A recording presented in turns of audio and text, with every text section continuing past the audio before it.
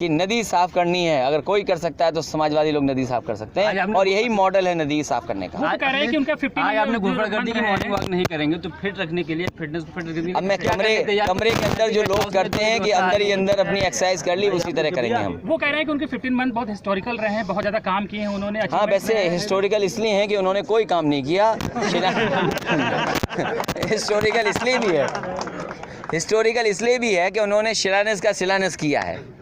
Historical इसलिए भी है कि उन्होंने उद्घाटन का उद्घाटन किया, और हिस्टोरिकल इसलिए भी है कि उन्होंने सैफई के बारे में और इटावा के बारे में बहुत ज्ञान दिया। जब उद्घाटन करने की बात आई तो सबसे पहले चुपचाप इटावा के स्टेडियम, इटावा के लॉयन सफारी का उद्घाटन कर दिया, और वो उद्घाटन किया जो पहले से उद्घाटन हो चुका था।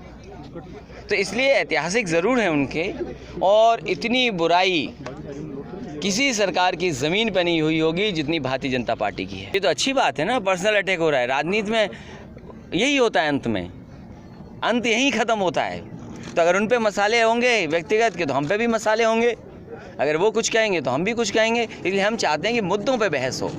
एक्सप्रेस वे कैसे बनेगा, ये देखो दुनिया में हवाई जहाज़ बन गया, बताओ 100 साल के अंदर ये हवाई जहाज़ बन गया, लोग उड़ने लगे, और अगले 100 साल में पता नहीं क्या होगा। कम से कम हम अपनी आबादी जो है इतनी बड़ी, इसको काम दें, नौकरी दें, उनका जीवन अच्छा करें, ये हमारा लक्ष्य होना चाहिए। ये नहीं कि तुम क्या कर रहे हो, हम क्या कर रहे हैं, तुम्हारी गाय अच्छी नहीं है, हमारी गाय अच्छी है, तुम्हारी गाय का गोबर सड़क पे पड़ा है, हमारी गाय का बड़ा अच्छी तरह हम उठाते हैं इसको। बताओ, गोबर पड़ा हुआ है पूरे लखनऊ शहर में, कूड़ा पड़ा हुआ है, इसको ठीक करना था, नहीं ठीक किया। ये जो आपका अंडरपास था, क्यों नहीं ठीक किया इन्होंने?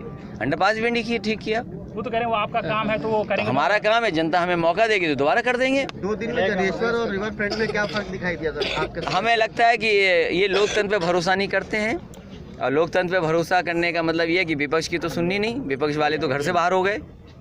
मैं आपसे एक बात कहना, ये सवाल अच्छा उठाया कि आपके घूमने से क्या फ़र्क पड़ा। मैं समझता हूँ हमारे घूमने से कुछ फ़र्क नहीं पड़ा, लेकिन एक फ़र्क पड़ा कि हमारे कार्यकर्ताओं में जोश है, और दूसरा फ़र्क ये पड़ा कि ये भी थोड़े स्वास्थ्य के प्रति चिंतित होंगे, क्योंकि उम्र कम है लेकिन पेट बड़ा है।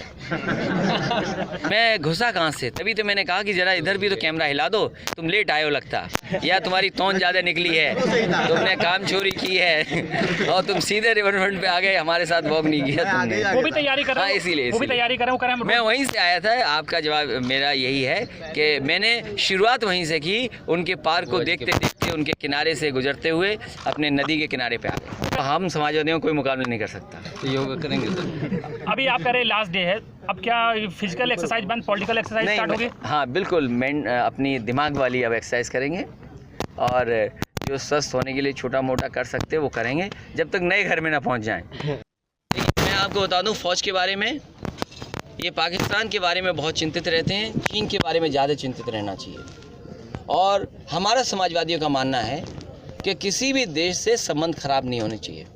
ये समय नहीं है भारत के लिए कि हम युद्ध में जाएं या अपने जवानों की जान दे दें।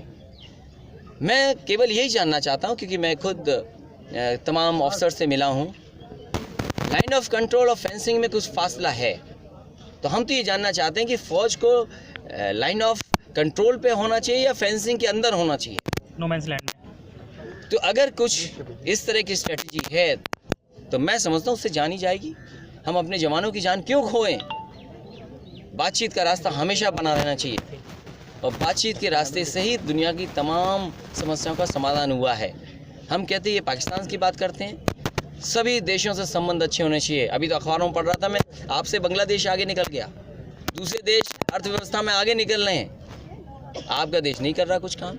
बीजेपी ने ये कहा कि हम महंगाई कम करेंगे, डीजल पेट्रोल की कीमत कम करेंगे, लेकिन जब से भारतीय जनता पार्टी की सरकार आई है, इन्होंने तेल की कीमतें बढ़ाई हैं, जिसमें डीजल पेट्रोल मुख्य है, और हर चीज़ महंगी हो गई है।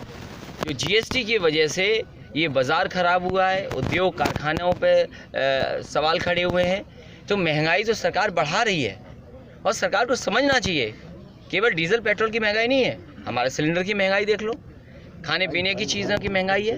तो इस सरकार ने जो महंगाई बढ़ाई है, जनता इनको जवाब देगी। और मैंने लोकतंत्र में कई बार कहा, जो सरकार जनता को दुख देती है, जो सरकार जनता को परेशानी देती है, समय आने पर जनता उनसे हिसाब लेती है और वोट से उन्हें हटाती है।